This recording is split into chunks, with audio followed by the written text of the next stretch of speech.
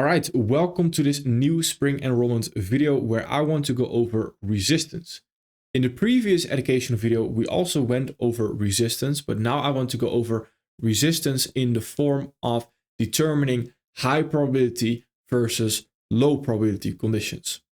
Now, first, a quick reminder, quick refresher right here of what we went over in the previous video. How far can we retrace? So resistance determines the retracement. What is that resistance then? That resistance is opposing PD rays. What is those opposing PD rays? Well, if we have a bullish trend and we have discount arrays holding, then the opposing PD rays are premium arrays. So premium arrays are in that case the resistance. So resistance is always viewed on the same time frame or a time frame above us. So for example, if we take a look at the 15-minute time frame and we are looking at a 15-minute discount array to trade off of, then 1 minute premium arrays are not resistance because it's not on the same time frame as that 15-minute discount array and it's not above us. That's quite important to understand as well, how we filter out the right resistance. Now, with that understanding, we also went over a big topic, which was the pushing battle. And the pushing battle right here was simply said, if we have bullish and bearish price action, a different pushing hands right there, that leads to an overall determination of how far we can actually retrace. So what do I mean by that? Well, if we have a strong green hand, which is a strong discount array, pushes price higher, and we have a weak red hand, so a smaller red hand right there, and that is a premium array, then that premium array will likely not push price very far below to then continue higher of already the first discount array in itself, because the pushing hand, the bullish pushing hand, is stronger than the bearish pushing hand. Where if we have two big hands right there, a big red hand, a big green hand as well, that leads to a further retracement right there to then continue higher. So we have strong resistance and we have weak resistance as well. Now you can imagine if we take the right example on the right side and we think away. So we remove the two up candles that we have right there. Then you can imagine if both hands are very strong and the pushing battle creates balance, where both hands are that strong that we are not pushing higher, we are not pushing lower, that creates 50-50 price action. That overall now creates consolidation price action, rangy price action. So if both hands are really strong right there, we are not going anywhere. And that's exactly what we also need to dive into in this video. So right here, resistance creates low probability versus high probability. LP is low probability again, and HP is high probability. Now, why is this so important to understand is because we need to determine overall what our low probability conditions are, what our high probability conditions are. Simply said, because if we are trading in low probability conditions and afterwards we are trading in high probability conditions, oftentimes traders can find winners. As in, I think everyone has experienced some kind of win, right? And most likely that is because you are trading in high probability conditions, that those high probability conditions for your trading plan right there. But where most traders go wrong is then they take those profits that they made in high probability conditions, and then they use those profits to try to make more profits in low probability conditions. So meaning they move from one high probability condition towards the next one, but whilst they move from the previous high probability condition towards the next one, they also encounter low probability conditions where they will blow all their profits before they even get a chance to trade high probability conditions again. And that is extremely important to understand as well, because it's not necessarily about winning. Of course, it's about winning. Of course, you need to win in order to be profitable. Of course. But where most traders go wrong is trying to trade low probability conditions and not preserving capital, not saving that capital for a better day, for a better week, for a better month even. And that is extremely important. Most people are too impatient to actually wait for new high probability conditions. And that is extremely important. That is the key. So first things first, we have LP, low probability conditions, very simply avoid. What exactly are the different conditions here? Exactly what we're going to go over in the next few slides. Then we have 50-50. So that's in between the extremely low probability and in between the extremely high probability, where LP and HP, they are just two extremes. Now, 50-50 right here is what it means essentially is not too convinced of higher prices or lower prices. So a little bit in between, 50-50, hence the name 50-50. Now, that is also what you want to avoid. 50-50 is also low probability conditions. There is no high probability condition besides actually high probability conditions. So 50-50, even 90-10, 80-20, 60-40, whatever it may be, everything below 100 is simply said low probability conditions, where we can view this as just 0-0 extremely low probability conditions, where one side of the scale is either bullish or bearish. Then we have 50-50, so we have 50 bullish, 50 bearish, low probability. Then we have 100-0, which is 100% bullish or 100% bearish, one side. That is exactly high probability conditions. So that is also what we want to aim for. We don't want to trade anything else besides high probability conditions. And when we trade that, we will also be extremely profitable. So high probability conditions right here, get involved whatever it takes. And what do I mean by that actually before we move on? Oftentimes I mention that if the draw on liquidity is so stupidly clear, that's how it should be. A draw on liquidity should be so stupidly clear that we are going to move there. That's exactly when you want to get involved, no matter what it takes. Even if the entry is ugly, even if the risk management is a little bit off, even if you need to rush to your PC right now to get involved, you need to get involved. Now, of course, I'm over exaggerating a little bit as well. We of course need to determine our risk management properly, etc. But the conclusion or the point that I'm trying to get across is that oftentimes people will try to trade the low probability conditions and then will get so messed up or so destroyed by the low probability conditions that they do not even try to trade the high probability conditions anymore. So then the inverse happens where they're trading low probability conditions, they avoid the high probability conditions and then try to trade the low probability conditions again. Where we want to do the opposite, high probability conditions right there, and then we want to wait. And we have no idea how long we are going to wait until we see high probability conditions again. So get involved whatever it takes, because it might just be your last opportunity to trade high probability conditions. That's an exaggeration, of course. We will see high probability conditions again. But if you want to trade and you want to make money from it, and you are trading high probability conditions and there's a chance to trade high probability conditions, then we should take advantage of that. We should, when it rains, it pours, essentially. Meaning that if we have high probability conditions, we want to make a good amount of money that we are set to wait for a couple of months, for maybe a couple of years, or even just weeks, right?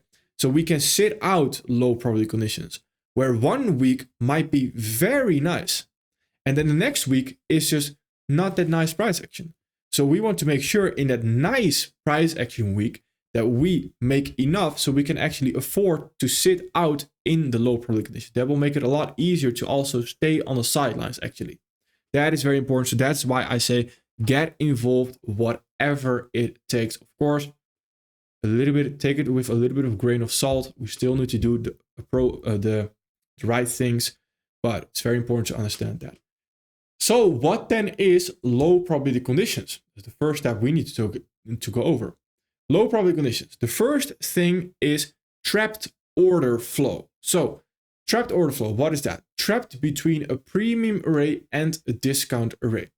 Remember the pushing battle that I just mentioned, where if we have a very strong bullish hand, a very strong bearish hand, that creates overall balance. That we don't go anywhere right there because they're both holding it in balance, because both hands are just as strong as the other hand. So that is very important. So this is the first area where order flow can switch. So what does this look like?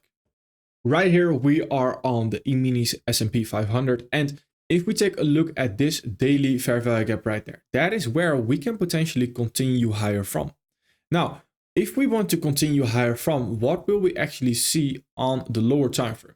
On the lower time frame right here, whilst we are coming into that daily fair value gap, of course, we create some kind of bearish price action right there coming into that. So in order for us to actually be bullish at this moment in time, we now need to create, again, 15-minute bullish order flow. So what happens here? There's a conflict of interest, as I like to call it. And what I mean by that is we have this daily fair value gap, which we can continue higher from, but we also have this 15-minute premium rate, where if we now want to continue lower, then where will we continue lower from? That 15-minute fair value gap right there.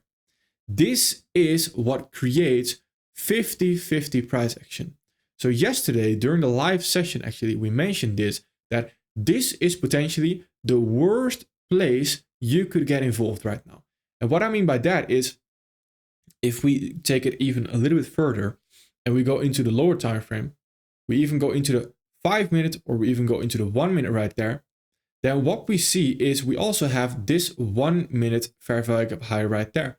So now there's a lot of conflict, because if we want to continue lower, we will continue lower off of this 15-minute fair value gap that we have right there. If we want to continue higher, then we will continue higher off of this daily fair value gap sitting right there. If we also want to continue higher, then we will continue higher off this 1-minute fair value gap right there. So there's now a lot of conflict. There is a strong bearish hand, there's a strong bullish hand, which overall leads to 50-50 price action right there. So why is this important to understand, and what are different factors as well that we need to take into account? The reason this is extremely important to understand is because we do not want to trade 50-50 price action. We do not want to trade price action if it's not actually moving anywhere. Because if it's not moving anywhere, then it will also not hit our take profit. It will most likely hit our stop loss before it hits our take profit. Because if we're not making a significant move and we have, let's say, a 1 to 2 RR right there, then what is closer? Our stop loss is always going to be closer than our take profit if we're not actually making a significant move. So then the logical thing right there is that our stop loss is higher probability to be hit than our take profit because we're not actually moving. So that is extremely important to understand why we want to avoid this trapped order flow right there. Now, you might also say, but this daily fair value gap right there is stronger than that 15-minute fair value gap. And that is true. That is 100% true. But the thing is right there that 15-minute order flow still needs to switch. So as long as 15-minute order flow does not switch, even though we have a stronger fair value gap in the form of that daily fair value gap right there, then nothing will actually happen. We will still have that 15-minute trapped order flow right there and 15-minute bearish order flow to continue lower. Now, there's also another thing we need to go over is why that 15-minute fair value gap? Why not the 1 hour? Why not the 4 hour? Why not the 5 minutes?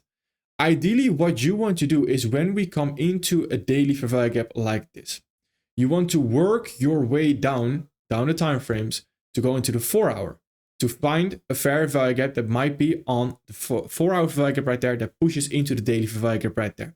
Now, at this moment in time, you might think, well, we have this 4 hour fair value gap there, right?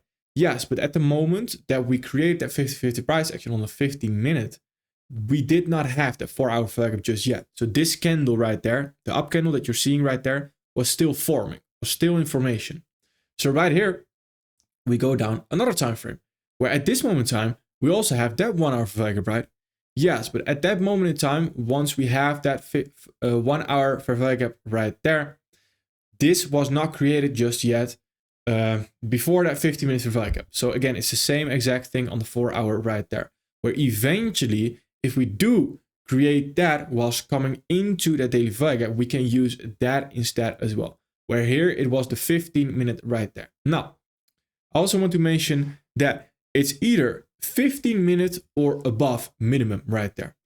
And the reason for that is because the PD arrays, remember the PD arrays time frames that we actually use, when we want to trade off of a PD array, we are always using a 15-minute or above. So not a 5-minute, not a 1 minute.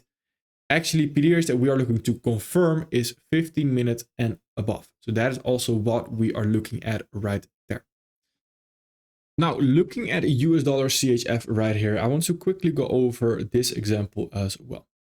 We have the 4-hour right there, 4-hour value gap, which we can continue higher off of. We also have that order block sitting right there. Now, if we want to continue higher off of that, again, what needs to happen most likely? Because we have been continuing lower right there for a little while on the lower time frame. So there needs to be some kind of order flow transition to, again, be bullish. So what does that look like? That looks like the following. On the 15-minute right here, we have these 15-minute fair value gaps right there, pushing price into, again, that 4-hour value gap right here. And also we have this 15-minute fair value gap right there, and even a little bit lower right there, that 15-minute fair value gap.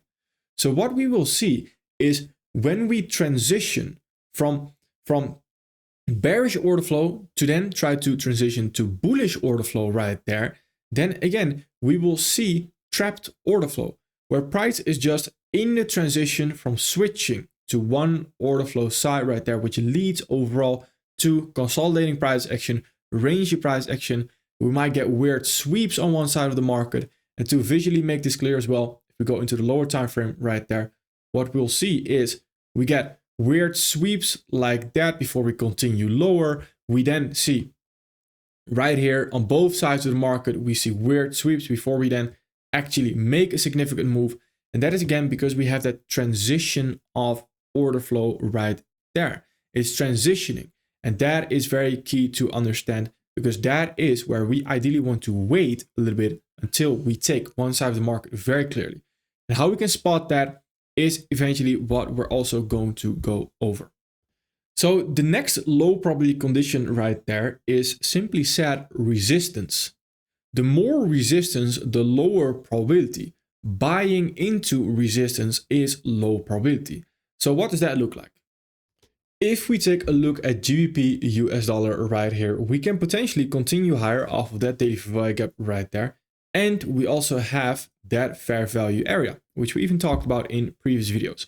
Now, right here, if we then go into the 4-hour time frame right here, we can see as well, if the 4-hour wants to continue higher, then we are running into quite some resistance, right? That order block, this 4-hour fair value gap sitting right there, this fair value gap sitting right there as well. Then even we have this breaker sitting right there before we actually want to continue lower. Sorry, the mitigation block sitting right there before we want to continue higher, continue lower. So we have quite some resistance, and in every area right there, it's extremely important to understand as well that if we are now looking at a certain setup on the 15-minute, on the 1-hour, etc., then we do not want to buy into that resistance. So the first thing is having a lot of resistance on the side that actually comes into the fair value gap or the PD rate that we want to continue higher off of right there. That creates the understanding as well that that is already a little bit suspicious, but that's not the end of the world, because there will likely always be some kind of resistance. But then what we need to be very careful of is that we are not buying into the resistance. So what does that mean? Well, right here, if we take a look at this fair value gap and we remove all the other lines right there. And on the 15-minute, we might see a 15-minute fair value gap right there, which we can potentially continue higher off of. We place our stop loss, I don't know where, let's say we place our stop loss right there, just a random example. Then once we run into their resistance right there, we do not want to immediately look for a buy right there, because now we are buying into resistance. And again, you can see what then happens at that resistance level. We have low probability conditions because we consolidate right there. So that again is extremely important to understand, that we want to buy before we reach the next resistance. So what does that mean? Right here, we are moving into that next resistance zone. So we have overcame previous resistance, etc. Remember what I talked about in the previous video, no man's land. No man's land is where price will be very nice. It will be high probability because we're not running into resistance. That is where price is allowed to run. So right here, the next resistance is this fair value gap right there. So if we understand that, perfect. then what can we do? We can look to buy here, but we buy until we reach that resistance zone right there. So right here, I want to go over ES as well, an example that we used before to visually show you very clearly what I mean with that resistance. This 4-hour value gap right there is where we even discussed before this, that we can continue higher off of that. Perfect. So coming into that, and when we want to confirm that, for example, on a 5-minute time frame, on potentially even after that, the 1-minute time frame, we are running into resistance areas. So what are those resistance areas? Let's count them all right here. On the 5-minute, we have this 5 minutes fair value gap right there. Then afterwards, we have this order block right there. And that is the resistance before we actually only have highs left right there. Now, how do we want to go about this? Well, right here, this first area is where we have 4-hour value gap right there, which could push price higher. This is where price could push lower if it wants to still continue lower. So there right there is 50-50. That is the trapped order flow part right there. After that, what do we see? We have resistance in the form of that order block right there, which we are also running into. So let's say we were at that moment in time, we were trading the 1-minute time frame right here. Do we want to buy right away? In hindsight, this is a perfect entry, but in real time, that entry in itself will not play out a lot of times. So right here, if we want to take this entry right there, then yes, that's a good entry depending on where your stop loss is. Because right here, this again is resistance. So ideally you want to wait. You want to wait until the resistance is over. And then right there, we get a new fair value gap higher. And that is exactly where we can look for our entry. And afterwards, it's very easy going because we don't have strong resistance anymore. The only thing left is those highs, which we can run as well. And that again is extremely important to understand. All right, we understand those resistance parts right there, which also the resistance leads to that trapped order flow, then resistance in itself, where we ideally want to look to buy. We want to be careful when we do run into some kind of resistance. That is very important. Now, next thing is seek and destroy. Seek and destroy is a crucial part because if we have seek and destroy, there is no order flow and it's just extremely low probability to get involved as well. Seek and destroy defined is fair value gaps not holding on both sides of the market. And let's define that holding part then. Fair value gaps not holding means holding is when we have a fair value gap, we trade into that fair value gap and we create a new fair value gap off of that. So when we have a bullish fair value gap, we trade into that bullish fair value gap, and off of that bullish fair value gap, we create a new bullish fair value gap, which would also be known as just order flow. If that does not happen, then we can potentially disrespect the fair value gap. That's no big deal. But what happens after is important. And let me take you through it. Here on crude oil on the 4-hour time frame, we can see it very, very clearly. So what do we actually see right here? We have one fair value gap going higher right there. That fair value gap does not hold. So it does not create a new fair value gap higher off of that. All right, that's no big deal, right? Because if we're not bullish, we can just simply be bearish. So that's no big deal. So right here, we then create this bearish fair value gap right there, that, and even a little bit lower right there, using this one for the example, where we sting into and we do not create a new 4-hour bearish fair value gap lower off of that. So what does this mean? We had a bullish fair value gap, which did not hold. We had a bearish fair value gap, which also did not hold.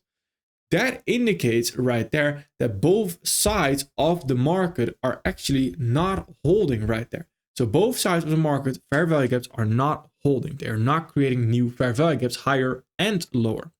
So as soon as that happens and we fail to create a fair value gap lower in this area right there, that indicates that we now have low probability conditions. So every fair value gap after that is low probability, unless we trade into a clear higher time from discount rate again and we confirm clear order flow again. So for example, right here, we have this discount rate that we sweep right there in the form of that swing low to then again confirm order flow to then continue higher. That is perfectly fine. But As long as we don't do that and we don't trade into a higher time frame discount rate, so above the 4 hour right there, we will stay in those seek and destroy conditions. So every fair value gap that you see right there on the 4 hour, on the 1 hour, is simply said low probability to actually trade off of.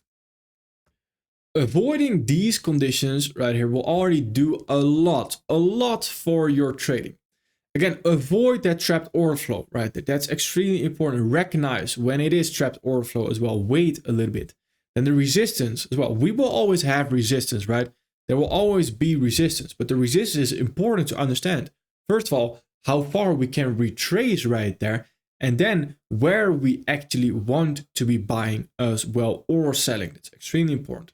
Seek and destroy as well, because that will filter out the fair value gaps that you absolutely do not want to use. Now, moving on from low probability conditions, we also need to go over, of course, 50-50 conditions. 50-50 conditions is, again, in between that low probability and high probability right there. 50-50 oftentimes is when we have no FVGs, meaning no FVGs are being created. That leads to an understanding we don't have bullish intention, we don't have bearish intention, it's just 50-50. It can do whatever it wants at that moment in time. So also we want to avoid that. Then a next 50-50 argument that, or 50-50 condition that you will hear me mention a lot of times is arguments.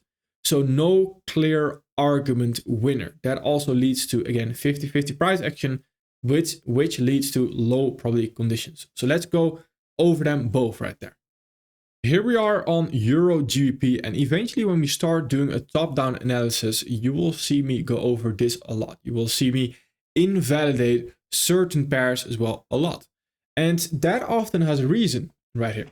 If we take a look at the monthly time frame first on Euro GBP right here.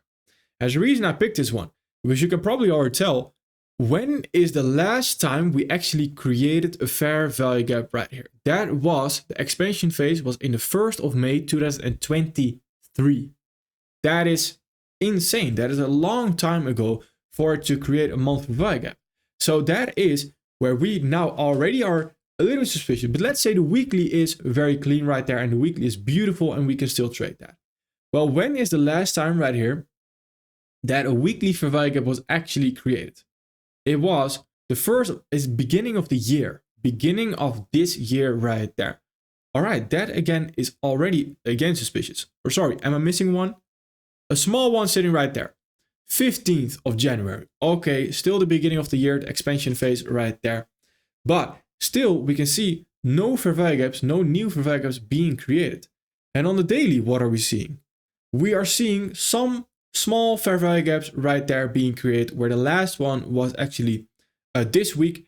Before that, we had last month. Before that, we had the beginning right there, or 14th of February as well. Before that, let's see, we had there the 3rd of January. So also the beginning of the year. So you can probably tell, again, the point I'm trying to get across is, if we don't have fair value gaps to work with, we have no order flow to work with. If there's no fair value gaps to work with, then there's no direction to actually work with. So that also leads to the understanding right here that even if we do create a fair value gap higher or lower, that's not necessarily a fair value gap you now all of a sudden want to trade off of, because we have no established order flow. Fair value gaps are not holding. Remember, seek and short conditions. So everything right there points into the same direction, which is low probability. So at this moment in time, we have that daily fair value gap higher right there. Is that a daily fair value gap higher that I want to trade off of? Well, looking at the previous history of Euro GBP, it doesn't have a good history of even creating new fair value gaps. So in order for that fair value gap to hold right there, it would have to create now a new fair value gap higher. So in order for us to have a great trade, that daily time frame would want to create a new daily fair value gap higher. Is that very high probability at this moment in time? No, just simply looking at the overall resume of what Euro GBP has been doing. Euro GBP right there is known for, in recent times, to not create fair value gaps. Perfect. So that means something. That means it is low probability. So the way I also like to use an analogy, and that is the loyalty test. where if price shows you that fair value gaps are not holding right there, then will you trust after that? If it shows a fair value, you might trust it, right? You might trust, all right, you show me a fair value gap, perfect, I might trust you. And then afterwards, if fair value gaps are clearly not holding, and it's showing you that, it's showing that fair value gaps are not holding, can you trust that? Can you trust that? No. It's very important to understand that as well, that those fair value gaps are not holding, and it's known for almost not holding. It's like being together with someone that is known for cheating. It's a loyalty test. Can you trust that person? Well, your resume right there says something else. So I'm not too sure, right? So that is very important as well to understand the loyalty test that we use for those fair value gaps. Where the highest probability condition is, of course, when we can visually see fair value gaps are holding very clearly. Perfect. You have a good resume. All right. Now I want to look to trade that particular market. Now, this no fair value gap and the no fair value gap conditions, that goes hand in hand with the arguments as well. Because at this moment in time, can we clearly get to a one-sided argument for the market? And the way I want you to see arguments is I want you to see one bullish person right there arguing with a bearish person that is sitting on the right there. And those people both have their own arguments, and we are just simply the observer of those arguments. And this one says, well, I have created a bullish or bearish fair value gap right there, because it's a bearish person. And the bullish person says, well, I have created a bullish fair value gap right there. So then that overall, if we take everything into account on what we're seeing on the chart, the fair value gaps, the candle signs, that leads to overall arguments. Confluences, also known as confluences. And if we can get to a clear argument for one side, so one side right here, the bullish person might be the winner right there. And the bearish person loses the overall argument because the bullish arguments are just simply said stronger in the market. So that leads to then an understanding, okay, well, the bullish arguments are really strong, so I want to look at bullish prices. Where right here, if we go over that argument, we see, well, we have a bullish fair value gap right there. We also had a bearish fair value gap right there, which did not hold right there.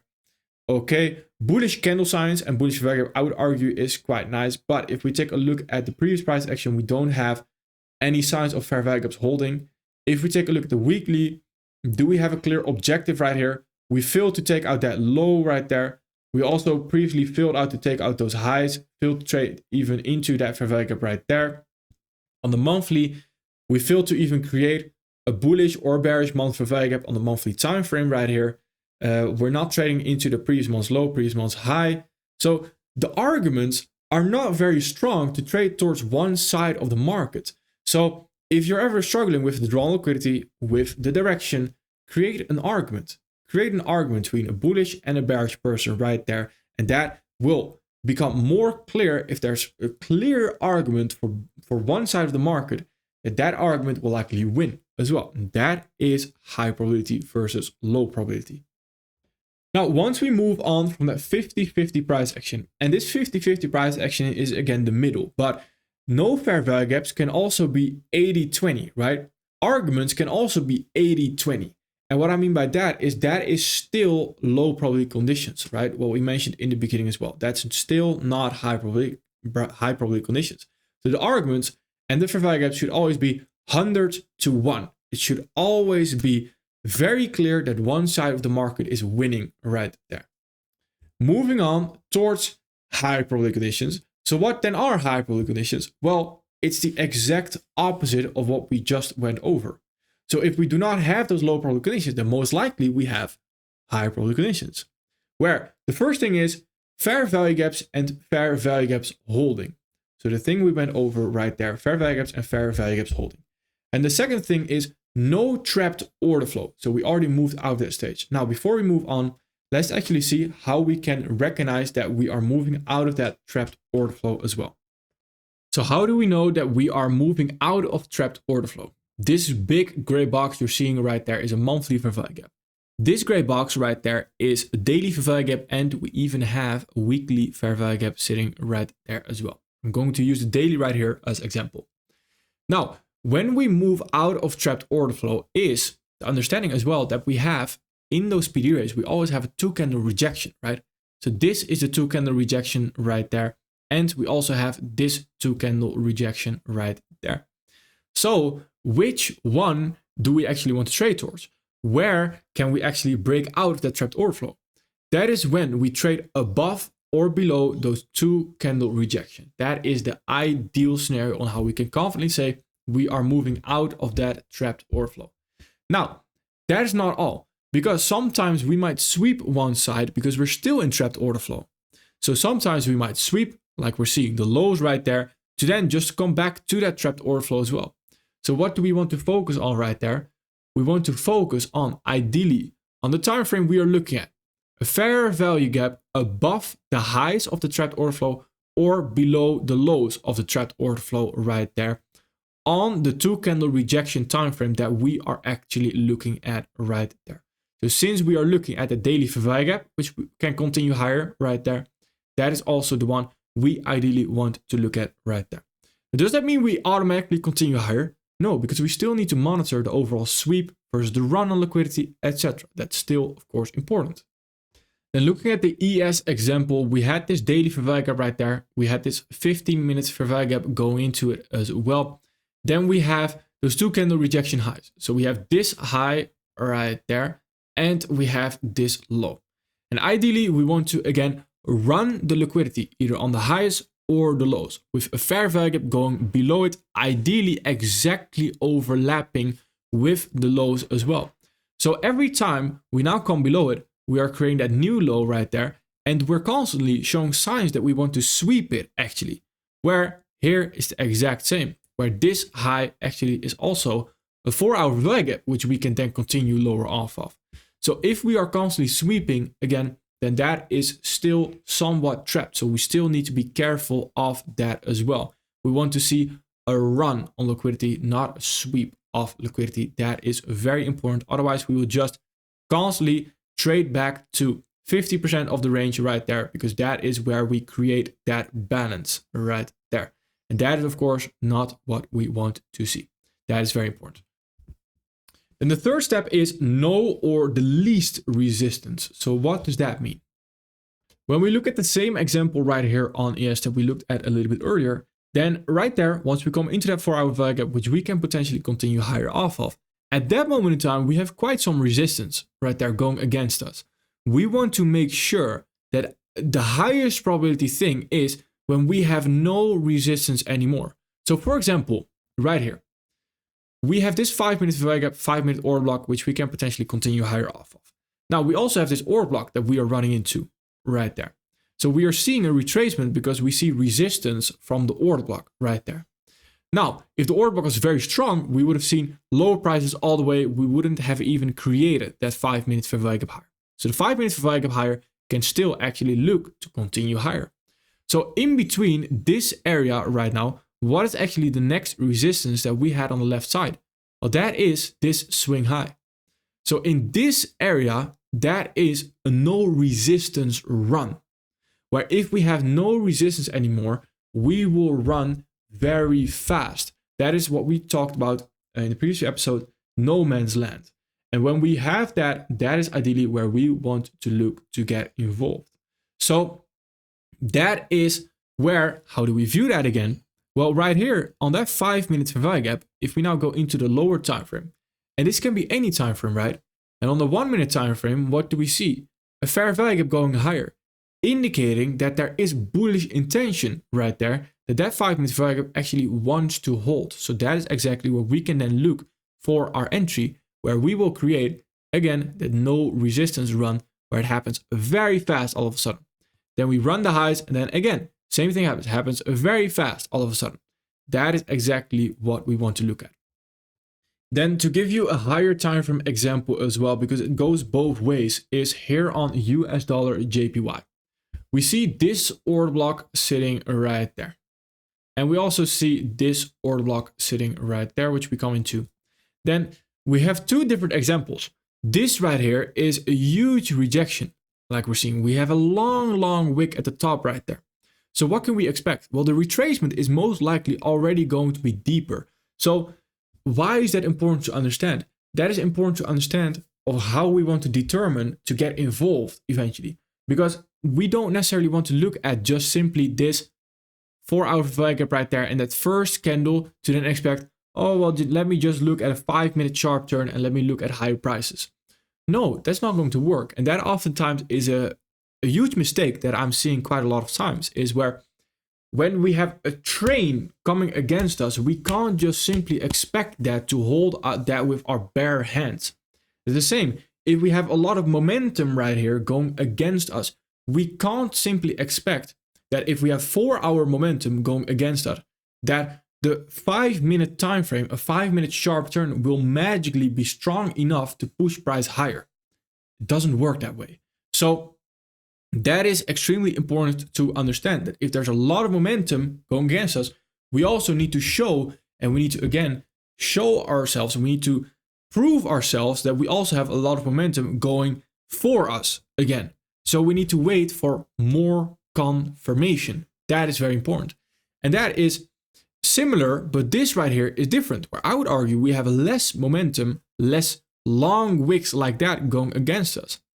A retracement like this, where we have resistance still, but a retracement like this is perfect, where a retracement almost does not need to happen, but it happens anyway.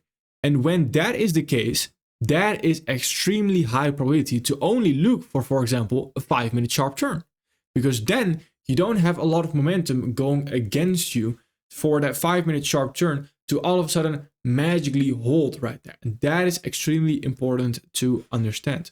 Where again, we went over this as well. If we have price action like this and a retracement coincidentally happens right there, that is what we are looking for to ideally get involved as soon as possible.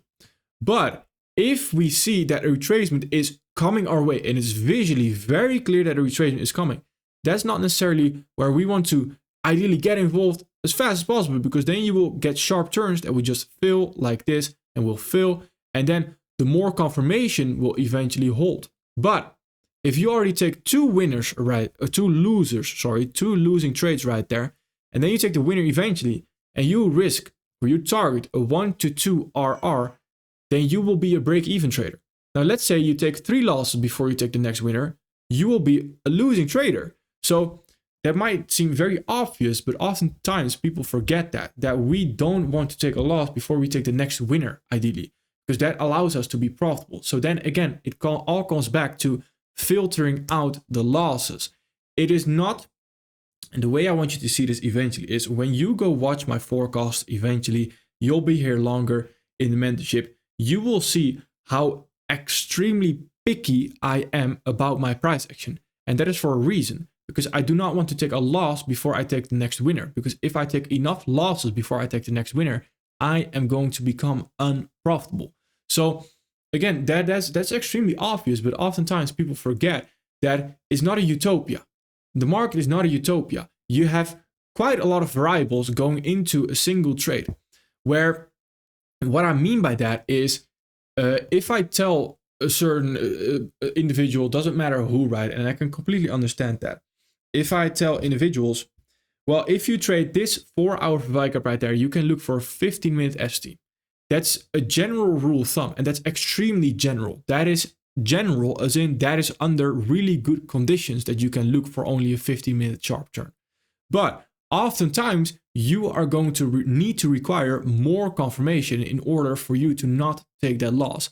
I cannot, and you can probably hear it in my voice as well, getting very, very emotional almost about it, where this is so extremely important to understand, where oftentimes sharp turns, ST plus reads, eventually entry confirmations, they will fail because you're not requiring high probability conditions of the higher time frame. Entry patterns on the lower time frame will always be there no matter what happens. They will always be there. There will always be some kind of entry confirmation. But where is the good entry confirmation? Because now we need to take into account, we're going to use a stop loss. So our entry needs to be quite accurate, and it needs to actually be when price is ready to run higher. And price is ready to run higher if the higher time frame right here agrees with the idea. I cannot emphasize enough on this. This is so extremely important because that is why most losses happen as well. Most losses happen is because you can probably see it if you scroll through YouTube comments or whatever it may be. Then you see, hey Arjo, you mentioned 4 hour fair value gap, 15-minute sharp turn, but here it does not work. And then if I look at the actual trade, it's trades like this, where you have a train of momentum coming against you. Do you really expect a 15-minute sharp turn right there to just magically stop that train? That doesn't make any sense. It's like putting a mouse in front of a train and expecting, hey, little mouse, you are going to stop that train, right? No, I'm not. No, we need something stronger. So we need more confirmation. Again, I can't emphasize on this enough. You can probably hear how passionate I am about this specific topic as well. So then the next point is, and the fourth one right there is again the opposite of what we talked about in low probability conditions. It's a clear argument winner. And the reason why this is so important, again, we ideally want to be 100% convinced that the probabilities are in our favor. Everything we do in the market is based on probabilities. So that means that we're always looking to do the highest probability thing. If we don't do that, then we are simply gambling. If we are 50-50, then we might as well go to the casino, right? We always want to make sure that we are doing the highest probability thing. So there's always a high probability for that thing to play out. Now, the reason that's important, again, because that will increase our win rate by a lot. And when we have a clear argument winner, so the market is 100% showing bullish signs, perfect. That's exactly what we would want to see, a clear argument winner. So let's actually look at that as well. All right here we have this daily fair value gap right there, which we can continue lower off of on the dollar. And we've actually gone over this price action as well a little bit. And we actually showed it in previous examples as well with the day, for example, the day that we can continue lower. Now, right here, we saw that CPI day on the Tuesday. So we had news day, we can continue lower off of that. After that, we create now a very suspicious price action. And why is that? Because at this moment in time, at the moment of that candle close, we are now potentially showing a sweep of liquidity. So again, the reason why I retrace those steps on the difference between a sweep versus a run on liquidity, how we can potentially see that very early, is because if we create this, all of a sudden, the bullish person right here has added another argument into the mix. So now, when that bullish person says that and says, hey, I'm sweeping that low right there and I definitely want to continue higher. And the bearish person says, well, I right here want to continue lower still off of this bearish value gap. Then I'm like, you both have pretty good points. But I would argue at this moment in time that if we do want to retrace immediately back into this 4-hour value gap, then this is suddenly, the bullish person is screaming into my ear again. But if we retrace into that bearish person's fair value gap, which he mentions, or she mentions, we can continue lower off of, then what does that create? A sweep of liquidity. So then I'm like, we can continue lower off of that. We can continue higher off that sweep. That is not a clear argument winner. There is no clear argument winner in that moment in time. So that is extremely important to understand that this is exactly price action where you would want to have more confirmation as well. And that is oftentimes what it all leads back to, more confirmation. So if we take a look at this price action right here, and we take a look at the previous week actually, we have this low that we could potentially target. And if we take a look at this big red box, then that is a monthly fair value gap. So off of that monthly fair value gap right there, we see that we have a long wick at the top. Perfect. We have a long wick at the top. We are not creating a bullish fair value gap coming into that. All right, that's quite nice. So overall, the first target could as well be that previous month's low right there. Okay, that's very interesting actually. So here, there are almost no bullish arguments. We have 2 up candles. Okay, that's it. There is no bullish argument here. So on the weekly, if we take a look at that, weekly fair value gap right there is failing to actually follow through. It is not continuing higher. The overall rejection is failing right there. Perfect. So what can we do? Well, right here on the daily, we see right now we are respecting that premium array. There are so many bearish arguments right here to be made. There's a clear one-sided winner. There is almost no bullish argument to be made right here, other than we are not creating a daily value gap lower. That's it. But other than that, we constantly have 4-hour value gaps going lower right there. We create that 4-hour value gap, and even after that, we run this low right there. We do not sweep it. We can then look to target this previous month's low. It's constantly the same thing over and over and over and over. It's the bearish arguments are simply winning, and that is a clear argument winner. So understanding the conditions is probably the most, I would argue it is actually the most important thing in our trading. Understanding the conditions, because I can teach you the fair value gaps and how they work. I can teach you the order flow, but if you do not understand the right conditions that you need to apply them in, nothing is going to work. So it's always going to be a losing trade if you do not understand the right conditions as well. It's extremely important, and that's why I'm so extremely picky about my trades as well, which you will see later on. Now, right here, we again want to practice. So first things first, study which instruments and areas are lower probability. So for this example, if you're doing this live, what I would advise is go over previous price action that we had throughout the previous week. Find again all the things we've gone over thus far and see why it doesn't play out, or see why it doesn't work at that moment in time. And then study the difference between why certain areas do play out and why other areas do not play out. So study the high probability conditions versus the low probability delivery right there. What is the difference between those deliveries? Where low probability conditions, oftentimes we will retrace back into a 50-50 area where we will just consolidate for a long time right there. The high probability conditions just take off. So you can go over any pairs, any instruments you want to for the previous week, and you can apply this study as well. And afterwards, we move on to the next week. All right, perfect. Thank you.